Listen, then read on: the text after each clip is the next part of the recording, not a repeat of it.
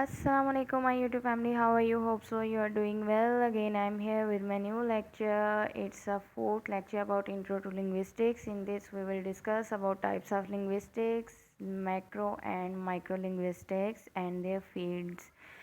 तो हमने पहले इनको थोड़ा अलग अलग एक्सप्लेन किया था, लेकिन इस वीडियो में I want to discuss both because मेरे ख्याल में अगर किसी को ज़रूरत है इन दोनों फील्ड्स की तो उसको एक ही वीडियो देख के इसकी फुल एक्सप्लेनेशन का पता चल जाएगा। समटाइम्स ऐसे होता है कि वो प्लेलिस्ट को ओपन नहीं करते और उनको नहीं पता होता कि इधर माइक्रो लिंग्विस्टिक्स और मैक्रो दोनों की टाइप्स पड़ी हुई हैं, दोनों वीडियोज़ हैं। तो इसलिए मैंने एक वीडियो में भी इनको कन्वर्ट कर दिया ताकि ये वीडियो देखने के बाद उनको फुल एक्सप्लेनेशन मिल जाए इनके बारे में।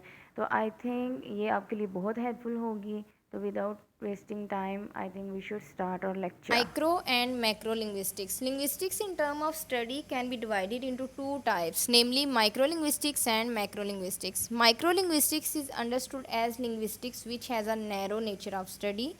That is, it is internal, only sees language as a language. यानी कि इसमें क्या है, माइक्रोलिंग्विस्टिक्स को लैंग्वेज के तौर पर ही जो है ना समझा जाता है। इस जिसके मुतालिक की नोयत जो है ना वो कम होती है, यानी कि इसमें इंटरनल चीज़ें, बहुत कम चीज़ें हम लोग इसमें डिस्कस करते हैं। यानी ये अंदरूनी चीज़ें जो होती हैं ना लैंग्वेज की, जिसमें फोनेटिक आ जाता है, फोनोलॉजी आ जाता है, सिंटेक्स आ जाता है, वर्ड आ जाता है, सेंटेंस आ जाता है, ये वाली चीज़ें सारी इसमें डिस्कस होती हैं। इसको सिर्फ ज़ुबान को ज़ुबान के तौर पर देखता है कि ये लैंग्वेज है कैसी और किस तरह बोली जाएगी, और कौन कौन से हमारे पार्ट ऑफ माउथ जो है ना वो यूज़ होंगे, कौन सा वर्ड कैसे बनेगा, ये वाली चीज़ें जो है ना इसमें माइक्रोलिंग्विस्टिक्स में यूज़ होती हैं। लेकिन जो मैक्रोलिंग्विस्टिक्स है is broad in its nature. The nature of the study is external including cultural and behaviour feature associated with the language. यानी कि माइक्रोलिंग्विस्टिक्स वसी है, बहुत इसका एक ब्रॉड पॉइंट ऑफ व्यू है।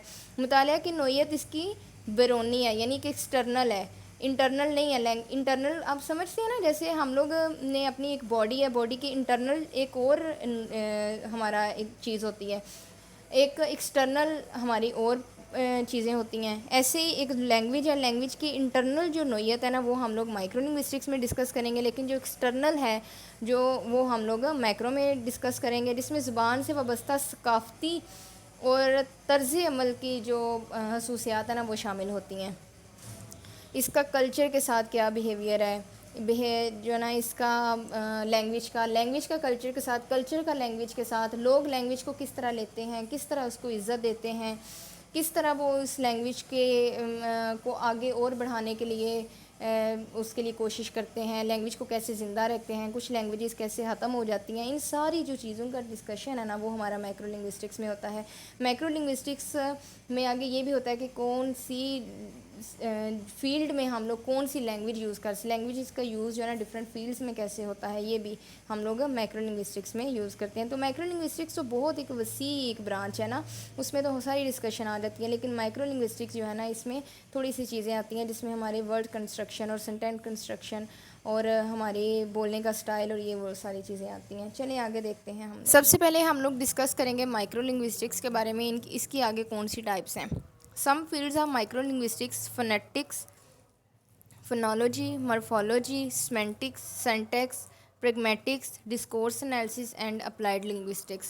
वैसे तो applied linguistics और discourse analysis microlinguistics में भी आता है, लेकिन अभी जो है ना microlinguistics में भी हम इनको थोड़ा सा डिस्कस करेंगे कि ये जो है ना इंटरनल लेवल पे इसका क्या किरदार है।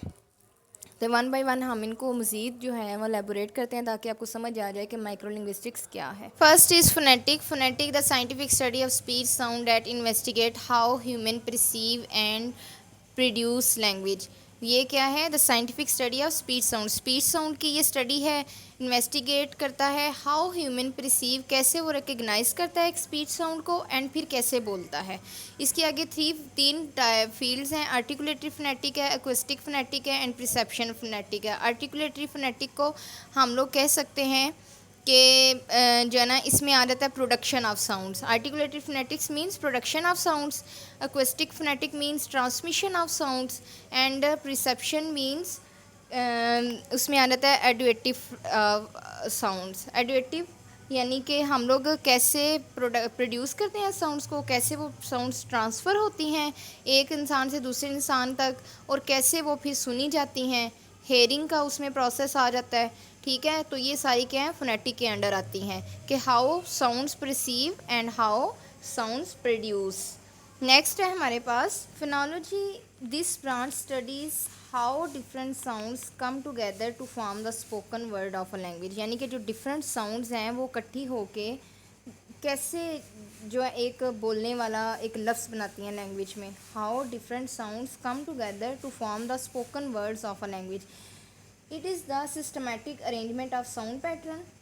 साउंड पैटर्न को ये अरेंज करती है in language and dialects. Dialects होते हैं a particular form of language which is peculiar to a specific region और सोशल ग्रुप। यानी कि एक स्पेसिफिक हमारे पंजाब में अगर देख लें तो हमारा एक डायलेक्ट है पंजाबी का, तो अगर आप मुल्तान में चले जाएं तो वो पंजाबी का डायलेक्ट चेंज हो जाएगा, सराइकी में चेंज हो जाएगा। यानी कि हम लोग अगर गुजरात वाली साइड पे हैं तो हमारा डिफरेंट डायलेक्ट होगा, अगर हम लोग मंडी वाली साइड पे हैं तो हमारा डिफरेंट डायलेक्ट होगा, अगर हम लाहौर वाले चले जाएँ, अगर इस्लामाबाद चले जाएँ, पंजाब के डिफरेंट रीजन्स में जहाँ जहाँ पे आप जाएंगे आपका डायलेक्ट चेंज होता जाएगा। ठीक है, तो ये क्या है, फोनोलॉजी में क्या होता है कि साउंड पैटर्न के बारे में बात होती है कि how different sounds come together, sounds different मिलके, जैसे मैं बोलती हूँ एप्पल, तो जो है ना वो डिफरेंट साउंड्स मिलके कैसे जो है एक नया वर्ड बनाते हैं। Next is morphology. Morphology is a branch of linguistics that deals with the study of words. Words की स्टडी करता है, देयर फॉर्मेशन के वर्ड्स कैसे बनते हैं and their relationship with other words, दूसरे वर्ड्स के साथ इनका रिलेशनशिप क्या होता है with in the same language. एक इस लैंग्वेज के अंदर डिफरेंट वर्ड्स का एक दूसरे के साथ रिलेशनशिप और जो है ना वो होता है morphology. Whenever one is dealing with etymology, root word, prefixes, affixes and word stems extra, one is operating in the domain of morphology. अगर हम प्रीफिक्सेस यानी कि एक वर्ड है जैसे लेस है, लेस के साथ होप लगा दिया जाए तो ये क्या होगा, प्रीफिक्स। यानी कि हम लोग पहले एक वर्ड लगाते हैं लेस के पहले, तो होपलेस, ये क्या हो गया, प्रीफिक्स। साथ में हमने होप और लेस दो वर्ड्स को जो है ना मिलाया तो हमारा एक नया वर्ड बन गया। तो ये क्या होता है, ये एक रिलेशनशिप है। रूट वर्ड क्या था, इसमें लेस था या होप था। फिक्स क्या होता है कि हम लोग वर्ड के आगे एक वर्ड लगाते हैं, जैसे अगर आप देख लें फ़ोटो है तो उसके आगे हम लगा देते हैं ग्राफर, फोटोग्राफर बन जाता है। तो ये क्या होते हैं, इनमें वो कह रहा है कि one is operating in the domain, इस डोमेन में कोई भी काम होगा, वर्ड से रिलेटेड कोई भी काम होगा तो वो मॉर्फोलॉजी की फील्ड के अंदर आएगा। Next is semantics. Semantic is one of the special branch of linguistic that we deal with the study of meaning, reference and truth. यानी कि हमारा अगर पीछे देखें तो how words construct, how speech sounds produce, how words deal, study of words पढ़ लिया। अब आगे ये है कि उन वर्ड्स के मीनिंग की तो बात करनी है ना। सेमेंटिक क्या डील करता है कि वो हमारे स्टडी ऑफ मीनिंग को डील करता है। Semantic is related to various other field and discipline such as pragmatics, see below. यानी कि मैंने नीचे प्रैग्मेटिक्स की एक जो है ना वो पूरी स्लाइड बनाई है, वो हम नीचे देखेंगे। Philosophy and computer science as well. उसके बाद है हमारे पास syntax. Syntax is a study of rules of word arrangement to form proper phrases and sentence. अब जो वर्ड्स को मिला के हम लोग एक सेंटेंस बनाते हैं तो arrangement of sentence words that makes sentences is called syntax. In English, the simplest form of syntax follow the subject, verb and object formula. यानी आपको पता है ना, जो subject, object, verb and object तीनों मिलके क्या बनाते हैं, एक सेंटेंस बनाते हैं, तो वो सेंटेंस क्या होता है, वो सिंटैक्स होता है। ठीक है, study of the syntax, the study of rules of words arrangement to form proper phrases and sentences. So the next is pragmatic. Pragmatic in linguistics and philosophy, the study of the use of natural language in communication. Natural use of natural language in communication. If we talk more generally, the study of the relation between language and their user, यानी कि user और language के दरमियान जो relation होता है ना, उसको हम लोग क्या कहते हैं, प्रिग्मेटिक कहते हैं। यानी कि इसको हम ये भी कह सकते हैं कि हम लोग रियल लाइफ में जो लैंग्वेज यूज़ करते हैं ना, जो उसका स्ट्रक्चर यूज़ करते हैं, तो उसको हम प्रिग्मेटिक कहते हैं। जैसे सेंटेंस तो ये है, क्या तुम आ गए हो, लेकिन हम उसको ये कहते हैं कि आ गए देख के, यानी कि हमारा मीनिंग तो और होता है, लेकिन हम लोग बात किसी और वे में करते हैं और अगला बंदा भी बात उस वे में समझ जाता है। तो इसको क्या कहते हैं, रियल वर्ड यूज़ जो लैंग्वेज होती है उसको हम प्रेगमेटिक बोलेंगे। Next is discourse analysis. Discourse analysis is a research method for studying written और spoken language. Research method for studying, ये आपने याद रखना है कि रिसर्च के लिए हम लोग जो स्टडी रिटन और स्पोकन लैंग्वेज करते हैं in relation to its social context, यानी कि ज़ुबान का हमेशा से ताल्लुक़ उसका सोसाइटी के साथ रहता ही रहता है। और उस वे में जब हम अपना रिसर्च मेथड अपना एनालिसिस करते हैं तो उसको हम लोग क्या कहते हैं, discourse analysis. It's aim to understand how language is use in real life situation. हम लोग इस बात को समझते हैं इसमें कि लैंग्वेज जो है ना वो रियल लाइफ में कैसे यूज़ होती है। प्रिग्मेटिक का मतलब तो ये था ना कि यूज़ होती है, लेकिन यहाँ पे डिस्कोर्स एनालिसिस में कि how language is use in real life situation. When you do discourse analysis, you might focus on the purposes and effect of different types of language, यानी कि जो मुख्तलिफ ज़ुबानें हैं उनका मकसद क्या है और उनका क्या इफ़ेक्ट है, उनका क्या इम्पेक्ट पड़ रहा है लोगों के ऊपर। क्या वो ज़ुबानें जो हैं वो लोगों के अंदर अच्छा कल्चर पैदा कर रही हैं, क्या वो ज़ुबानें डिसेंट हैं, लोग उनकी कितनी रिस्पेक्ट करते हैं, लोग उनको बोलते हुए कितना जो है वो कॉन्फिडेंट रहते हैं। ये सारी चीज़ों का जो है हम लोग इफ़ेक्ट देखते हैं। और वो ज़ुबानें कितनी ज़्यादा, उन ज़ुबानों की कितनी इज़्ज़त है दूसरे जब वो शहरों में जाते हैं, दूसरे कंट्रीज़ में जब मूव करते हैं, तो इन सब का जो एनालिसिस है ना, इन सब की जो स्टडी है वो डिस्कोर्स एनालिसिस में होती है। So the next is applied linguistics. Applied linguistics is a field of study that looks at how linguistics can help understand real life problems in areas such as psychology, sociology and education. अब प्रिग्मेटिक में अगर देखें तो हमने बात की थी कि लैंग्वेज जो है वो रियल लाइफ सिचुएशन में यूज़ होती है, उसको हम बोलेंगे। अब डिस्कोर्स एनालिसिस में जब हम आए तो हमने कहा कि how language is use in real life situation, कैसे होती है। अब हम अगर अप्लाइड लिंग्विस्टिक्स में आ जाएं तो उसमें क्या स्टडी करेंगे, that looks at how linguistics can help understand real life situation, यानी कि जो लिंग्विस्टिक्स है वो हमें कैसे मदद करती है रियल लाइफ सिचुएशन प्रॉब्लम्स को सॉल्व करने में। इन एरियाज सच एज साइकोलॉजी में कैसे हेल्प करती है, सोशियोलॉजी में कैसे हेल्प करती है, एजुकेशन में हमें लिंग्विस्टिक्स कैसे हेल्प करती है। It can be compared with the theoretical linguistics which look at areas such as morphology, phonology and lexis. यानी इसका जो मुआजना है, इसका जो कंपैरिजन है वो थ्योरेटिकल लिंग्विस्टिक्स का अप्लाइड लिंग्विस्टिक्स के साथ किया जाता है।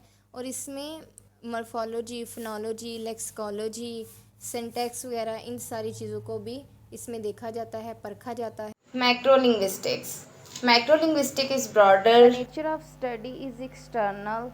Macrolinguistic is actually the role of language in different fields. कि लैंग्वेज डिफरेंट फील्ड्स में अपना क्या रोल प्ले करती है। यहाँ पर हम डिफरेंट फील्ड से रिलेटेड पढ़ेंगे कि उन फील्ड्स को में जब हम लोग लैंग्वेज को का तड़का लगाते हैं, जैसे साइको लिंग्विस्टिक्स है, सोशियो लिंग्विस्टिक्स है, अप्लाइड लिंग्विस्टिक्स है, कंप्यूटेशनल लिंग्विस्टिक्स है, neuro linguistics, comparative linguistics, historical linguistics and stylistic.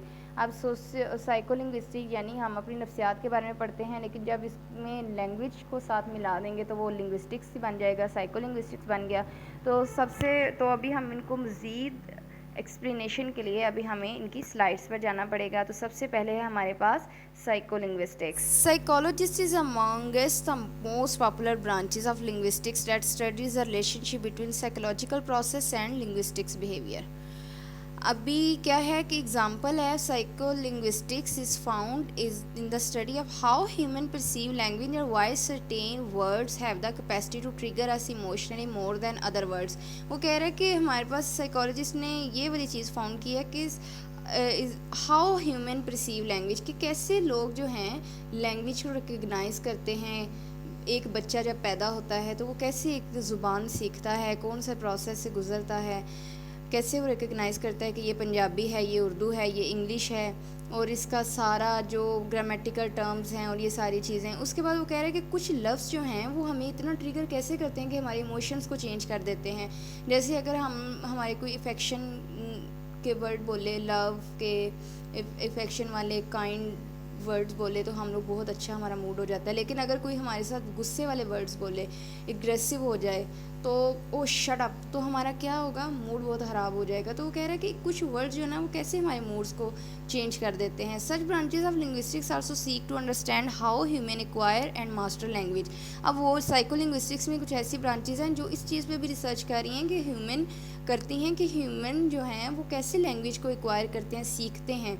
एक तो होता है नेटिव लैंग्वेज जो कि हम लोग सीख लेते हैं अपने इन्वायरमेंट से पैदा होते ही। फिर लोग और भी लैंग्वेजेस को एक्वायर करते हैं, जहाँ जहाँ जाते हैं लैंग्वेज सीख लेते हैं, कुछ लैंग्वेज लर्न कर लेते हैं। तो वो कह रहे हैं लोग इतने मास्टर कैसे बन जाते हैं इसमें। Psycholinguistics often work with child psychologists and conduct research on speech and language development to understand how human perceive and produce languages। अब इस चीज़ में यही भी होता है कि इस चीज़ पे भी रिसर्च होती है कि लोग जो हैं वो कैसे ज़ुबान, एक बच्चा जो है ना वो कैसे लैंग्वेज को परसीव करता है और कैसे इसको प्रोड्यूस करता है। तो साइकोलिंग्विस्टिक्स में हमारी जो कोग्निटिव स्किल है ना उसके बारे में बात होती है कि हम लोग एजुकेशनल लेवल पे एक बच्चा कैसे चीज़ों को, एक ज़ुबान को लर्न कैसे कर सकता है, एक्वायर कैसे कर सकता है। क्योंकि there is a difference between learning and acquiring ना। अगर हम लैंग्वेज एक्वायर करें तो फिर तो हम लोग सोसाइटी से एक्वायर कर सकते हैं, लेकिन लैंग्वेज लर्न करना इज़ समथिंग डिफरेंट। तो साइकोलिंग्विस्टिक्स में ये सारी चीज़ें डिस्कस होती हैं। Next is sociolinguistics. Sociolinguistics deals with the effect of different aspects of society on language, यानी कि सोसाइटी के जो डिफरेंट मुख्तलिफ एस्पेक्ट्स हैं उनका लैंग्वेज के ऊपर क्या असर पड़ता है। On top of that, it studies the interaction of languages as people from different cultures and heritage interact, यानी कि ये इस चीज़ की स्टडी करता है कि interaction of languages as people, जब लोग जो हैं, जब दो लोग वो आपस में इंटरेक्ट करेंगे तो इसका मतलब है कि दो लैंग्वेजेस और दो कल्चर एक दूसरे के साथ इंटरेक्ट कर रहे हैं, दो कल्चर एक दूसरे से बात कर रहे हैं, दो लोग एक दूसरे से बात कर रहे हैं, दो लैंग्वेजेस एक दूसरे से टकरा रही हैं। तो वो ये भी स्टडी करता है कि ये interaction of language as people from different cultures and heritage interact. One example of sociolinguistics is that the emergency of different dialects of a language as is the study of language confluence such as Spanish and English being spoken together as a Spanglish।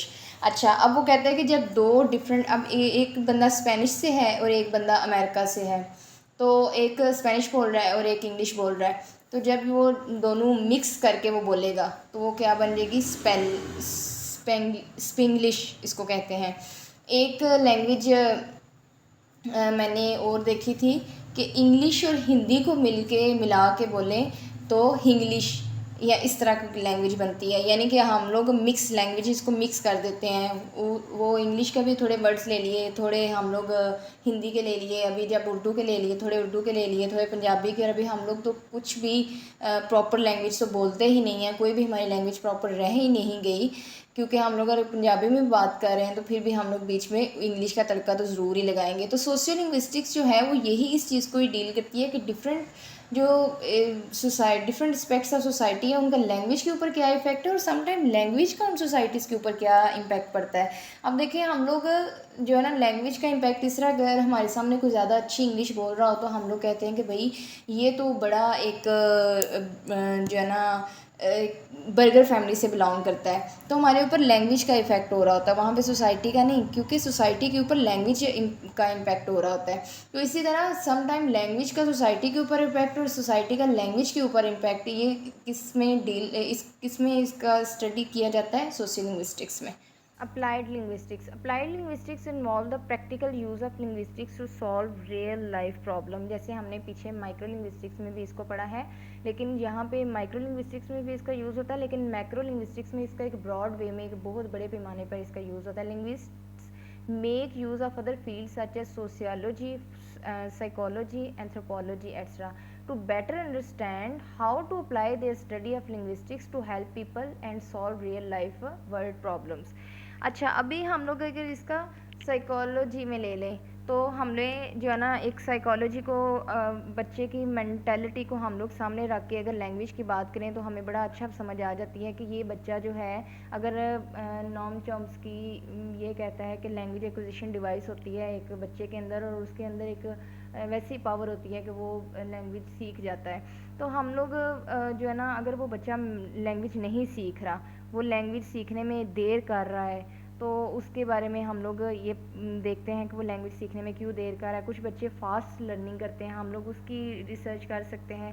कुछ बच्चे जो हैं कुछ जो है ना 12 years तक कहते हैं कि मल्टीलिंगुअल बच्चा जल्दी बन सकता है। तो हम लोग ये जो रियल लाइफ प्रॉब्लम्स हैं एंथ्रोपोलॉजी डिफरेंट फील्ड्स में हमारा लैंग्वेज से रिलेटेड जितने भी क्वेश्चन होंगे, जितनी भी हमारी प्रॉब्लम्स होंगे, वो अप्लाइड लिंग्विस्टिक्स की ब्रांच के अंदर हमारे वो सॉल्व होंगे। It is best to understand such branches of linguistics with example.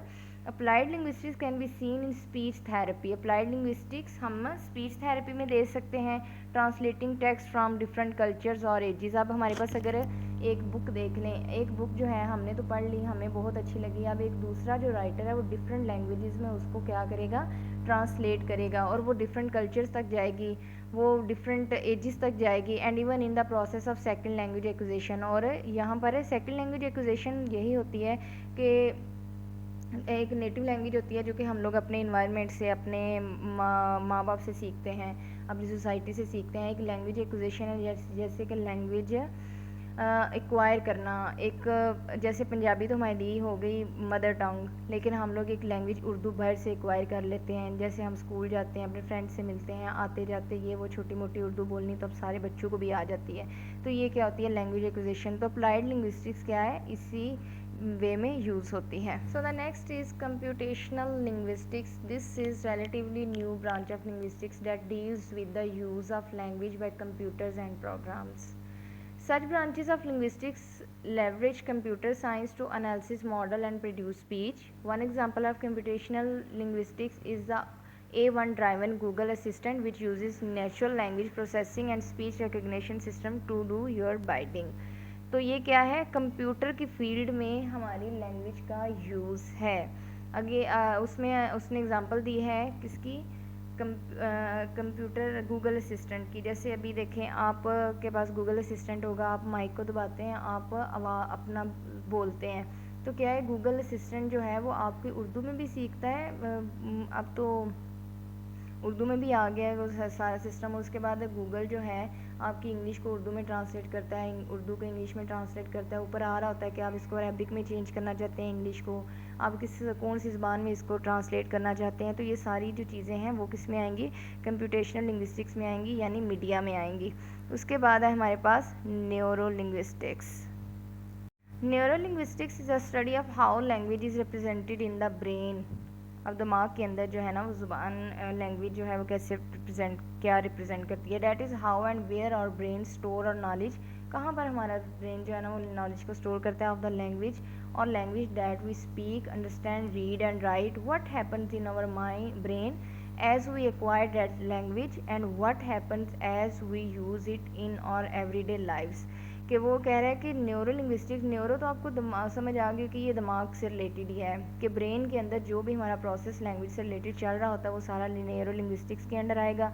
कि इंसान जो है वो कैसे बोलता है, कैसे उस चीज़ को अंडरस्टैंड करता है, कैसे पढ़ता है, कैसे लिखता है, और हमारे दिमाग के अंदर क्या चीज़ होती है कि वो इतना ज़्यादा नॉलेज एक्वायर कर लेता है, और वो क्या चीज़ होती है कि डेली लाइफ में हम लोग डिफरेंट चीज़ें सीख रहे होते हैं और डिफरेंट चीज़ें हम लोग पुट ऑन कर रहे होते हैं।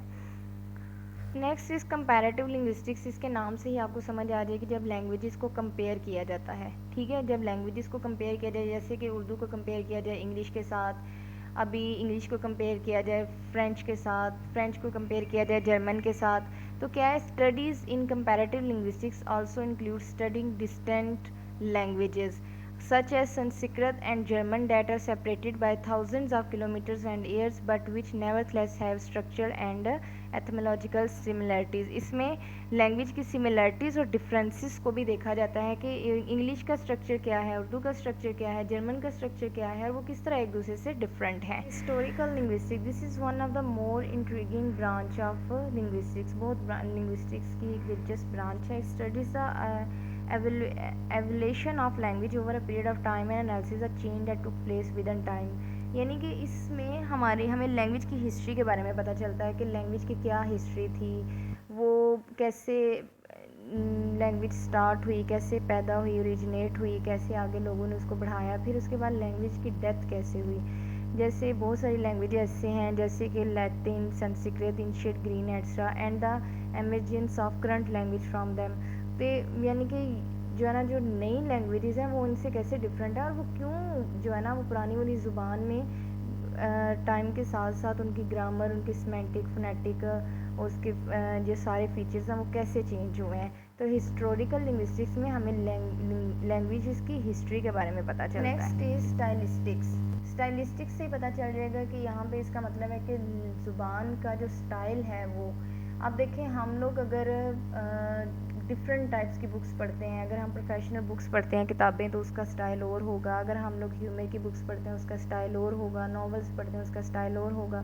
तो लैंग्वेजेस को भी डिफरेंट स्टाइल्स में लिखा जाता है। This is another branch of important branch of linguistics, is the study and interpretation of style and rhetoric of employed by different authors within a language.